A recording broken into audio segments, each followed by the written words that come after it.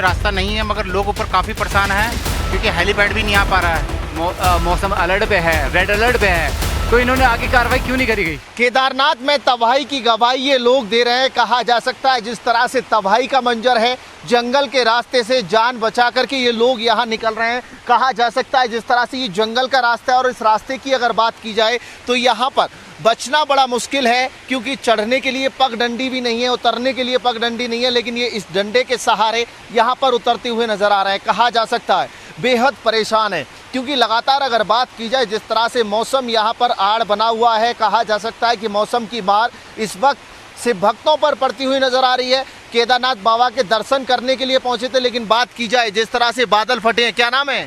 विजेंद्र कुमार। कहाँ के रहने वाले हो? मेरठ यूपी। यूपी मेरठ। यहाँ अगर बात की जाए जिस तरह से लगातार बादल फट रहे हैं, पहाड़ गिर रहे हैं, कितनी समस्याओं का सामना करना पड़ रहा है? बहुत समस्या का सामना करना पड़ रहा। कोई अच्छी खास व्यवस्था नहीं थी यहाँ पे, जो है हेली की भी कोई सुविधा नहीं की गई है, जबकि 4 दिन से यहीं फंसे हुए हैं।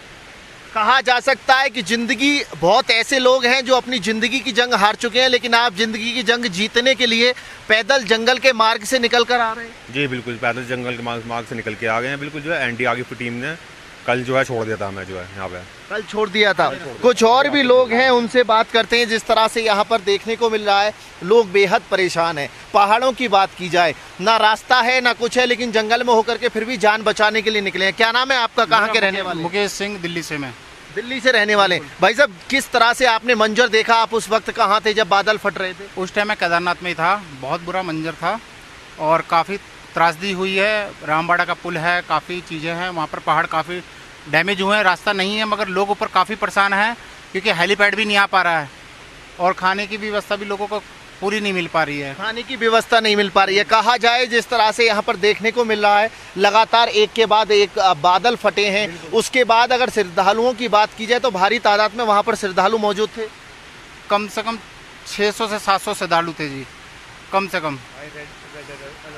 रेड अलर्ट के टाइम पे, जिस टाइम रेड अलर्ट था 31 तारीख का, उस टाइम पे इनको रोकना चाहिए था प्रशासन को, ताकि ये त्रासदी नहीं होती जो कैजुअलिटी हुई है। अभी 7000 से ज्यादा लोगों को रेस्क्यू कर चुका है। अभी कितने लोग और ऊपर हैं, इसके बारे में कुछ पता? 650 के आसपास है सर ऊपर। अभी ऊपर 650 के आसपास है, 650 के आसपास है सर ऊपर।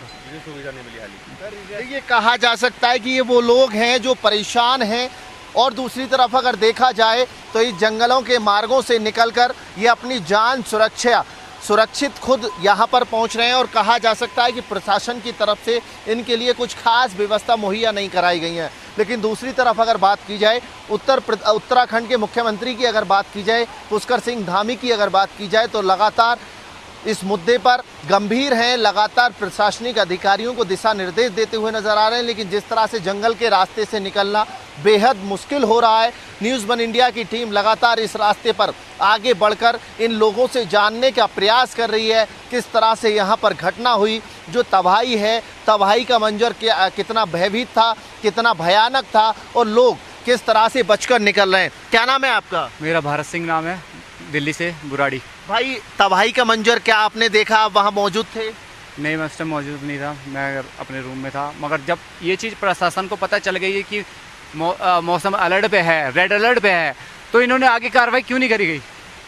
तो देखिए, गुस्सा है लोगों का प्रशासन के खिलाफ, लेकिन सरकार लगातार संभव प्रयास कर रही है। माना जा सकता है कि जंगलों के रास्ते से जितना मुश्किल रास्ता है, जितना कठिन रास्ता है, इस रास्ते की अगर बात की जाए तो चढ़ना बड़ा मुश्किल है, लेकिन लोग फिर भी जान बचाने के लिए इस घने जंगल में होकर निकल रहे हैं। जंगली जानवरों की बात की जाए तो यहाँ पर लगातार जो लोग हैं उनके लिए खतरा मंडराता हुआ नज़र आ रहा है। और दूसरी तरफ अगर बात की जाए तो यहाँ पर जंगली जानवर लगातार अटैक करते रहते हैं, लेकिन उसके बावजूद लोगों के हाथ में डंडे हैं, डंडों के सहारे जान को बचाने के लिए जंगल के रास्ते से निकल रहे हैं।